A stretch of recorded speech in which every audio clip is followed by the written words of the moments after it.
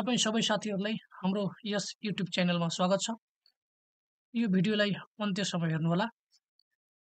हामीहरू यहाँ अध्ययन गर्छौँ नेपालको कुन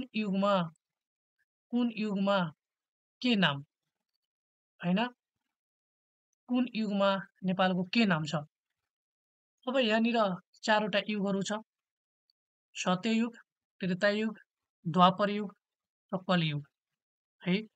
अब यो युगमा नेपालको के नाम थियो यो जान्नका लागि र यहाँ चक्रवर्ती राजा र यो बेला अथवा यो बेलाका राजा को थिए भन्ने कुरा पनि हामीले जान्नुपर्छ।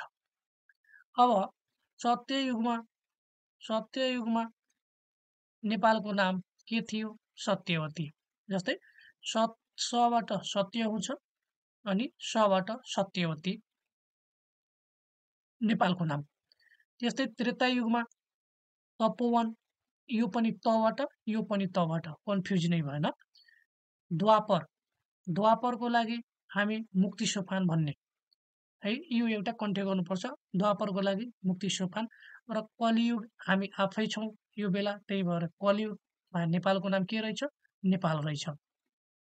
यहाँनिर खासै समस्या देखिँदैन। समस्या कतानिर देखिन्छ भने यो बेलाको वा कुन युगको चक्रवर्ती राजा को थिए त? यो बेलाका राजाहरू को थिए भन्ने कुरा हामीले जान्नुपर्छ। यसको लागि मैले एउटा साधारण यहाँ ट्रिक बनाइदिएको छु। हाम्रो ट्रिक के रहेको छ भने ए राम युद्ध भो, है, कुनै ठाउँमा युद्ध भएको छ, हामी भन्छौँ ए राम युद्ध भो। अब